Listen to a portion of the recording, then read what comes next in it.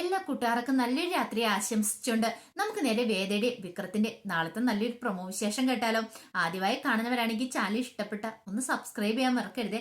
Video ഇഷ്ടപ്പെടുവാണെങ്കിൽ ഒരു ലൈക്കെങ്കിലും തരാൻ മറക്കരുത് കേട്ടോ. നമ്മുടെ മുന്നോട്ടുള്ള യാത്രയിൽ നിങ്ങളുടെ സപ്പോർട്ട് ലൈക്ക് വേണം, നമുക്ക് ഏറ്റവും കൂടുതൽ പ്രചോദനമായി മാറിക്കൊണ്ടിരിക്കണേ. അപ്പൊ നമുക്ക് നേരെ നമ്മുടെ വിശേഷത്തിലേക്ക് പോയാലോ. അങ്ങനെ ഇന്നത്തെ വിശേഷം നമ്മൾ കണ്ടു.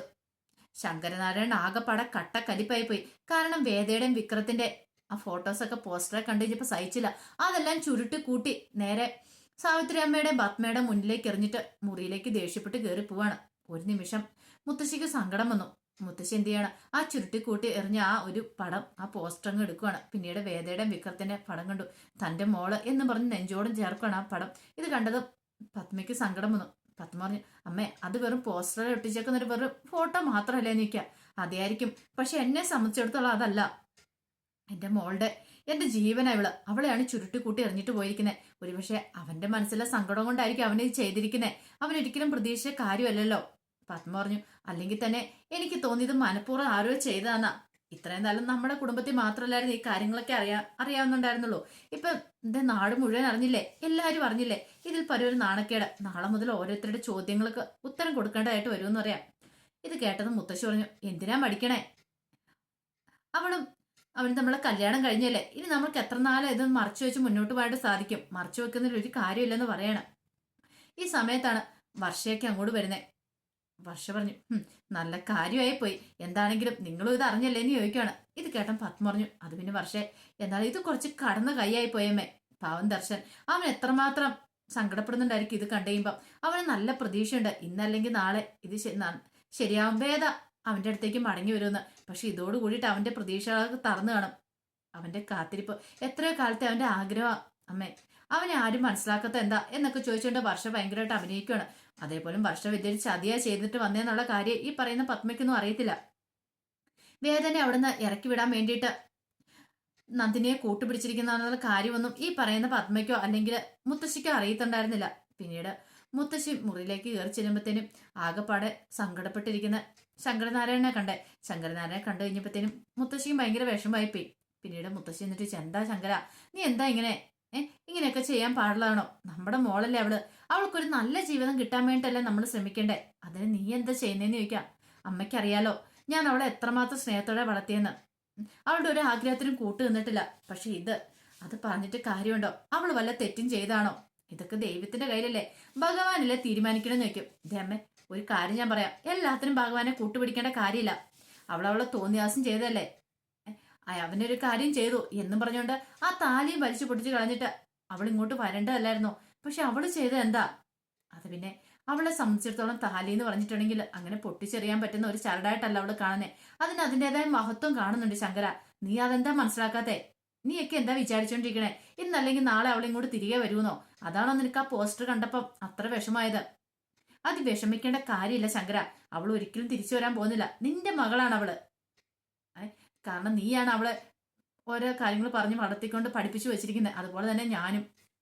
നിനക്കറിയാലോ അവൾ എപ്പോഴും നന്മയുടെ ഭാഗത്ത് നിൽക്കത്തുള്ളൂ. ആരൊക്കെ എന്തൊക്കെ പറഞ്ഞാലും അവൾക്ക് അവളുടേതായതൊരു നീതിയുണ്ട്, ഒരു ശരിയുണ്ട്. അതിനപ്പുറത്തേക്ക് അവളും ചെയ്യത്തില്ലെന്ന് നിനക്കറിയാൻ മേലെ ശങ്കര എന്നൊക്കെ ചോദിക്കുക.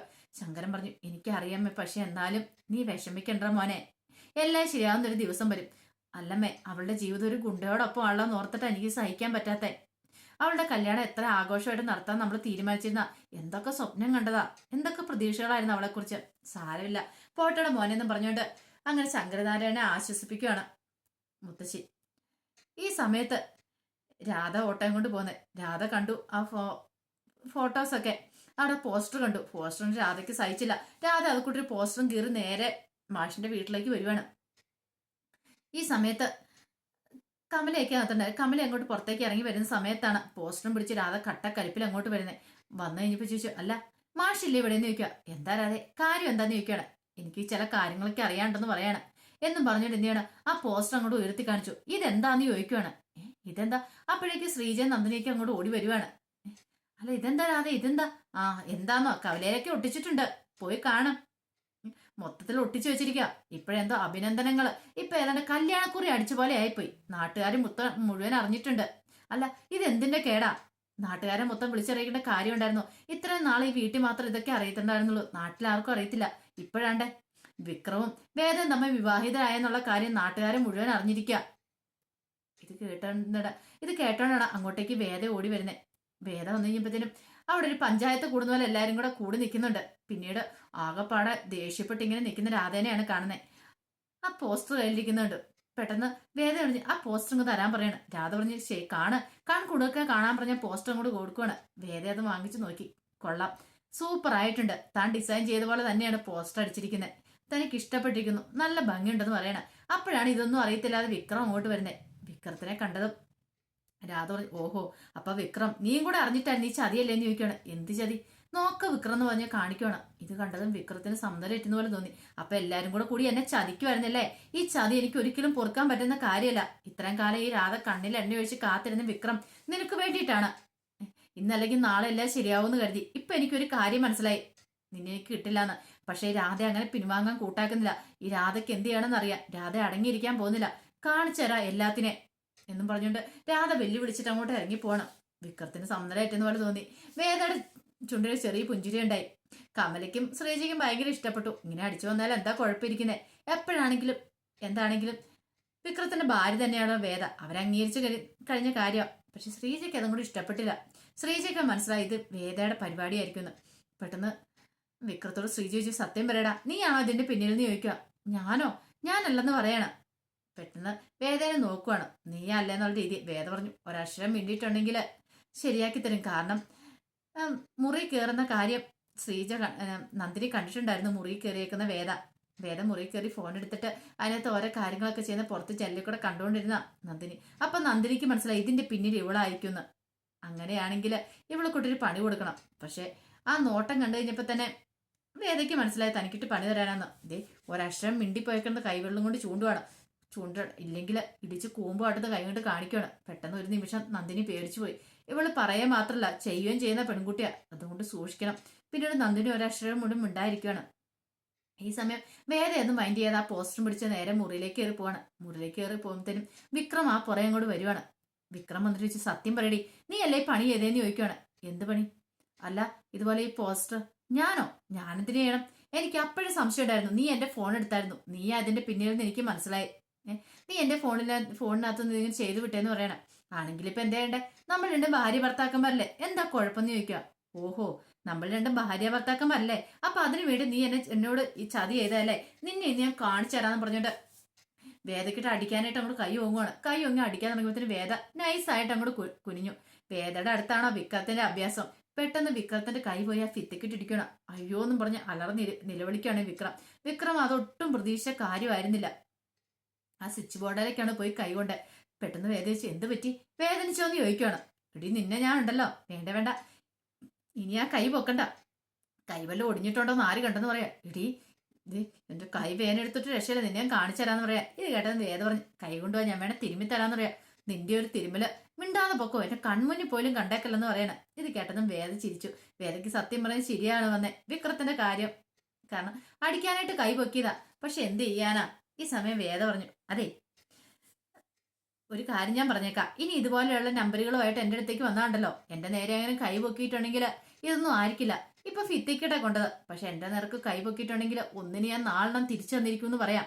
ഈ വേദന നിനക്ക് ശരിക്കും അറിയത്തില്ലെന്ന് പറയാം. ഇത് കേട്ടതും വിക്രം ഞെട്ടലോട് വേദന നോക്കുവാണ്.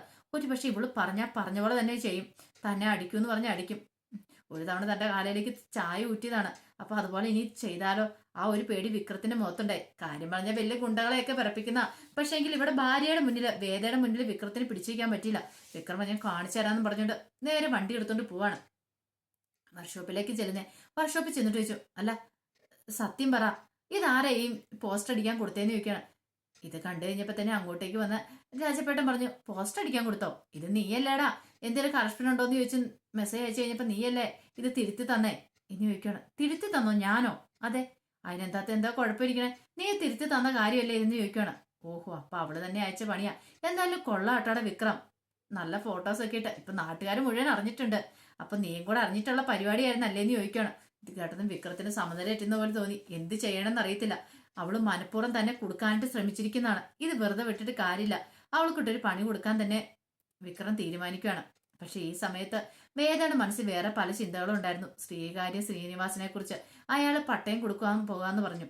പക്ഷേങ്കിൽ കുറെ ആൾക്കാർക്ക് പട്ടയം കൊടുക്കുന്നതിന് പിന്നിൽ അയാൾക്കൊരു വ്യക്തമായ ലക്ഷ്യമുണ്ട്. താൻ ആ കാര്യങ്ങൾ ഫയലിനകത്തൊക്കെ നോക്കിയതാണ്. വിക്രം ശ്രദ്ധിച്ചിട്ട് പോലുമില്ല. ശ്രീകാര്യ ശ്രീനിവാസന് അത്രയ്ക്ക് വിശ്വാസമാണ് വിക്രത്തിന്. പക്ഷെ അതിന് പിന്നിൽ ഒളിച്ചിരിക്കുന്ന ചതി എന്താന്ന് വിക്രം അറിഞ്ഞിട്ടില്ല. അങ്ങനെയാണെങ്കിൽ ഇത് ഒരു കാരണവശാലും നടത്തിക്കൂടാ. ശാന്തിപുരംകാർക്ക് ആ കോളനി നിവാസികൾക്ക് പട്ടയം കൊടുക്കാനായിട്ട് അയാൾ തീരുമാനിച്ചിട്ടുണ്ടെങ്കിൽ അതിന്റെ പിന്നിലെ കാര്യം എന്താന്ന് അറിഞ്ഞിരിക്കണം. അങ്ങനെ വേറെ ചില തീരുമാനങ്ങളൊക്കെ എടുക്കുകയാണ്. അപ്പൊ അതിന്റെ വിശേഷങ്ങളൊക്കെ നമ്മൾ കാണാൻ പോകുന്നത്. ആ വിശേഷങ്ങളൊക്കെ നമുക്ക് എല്ലാവർക്കും കാത്തിരിക്കാം കേട്ടോ. ഒരിക്കൽ കൂടി എല്ലാവർക്കും നല്ലൊരു രാത്രി ആശംസിച്ചു നിർത്തുന്നു. നന്ദി.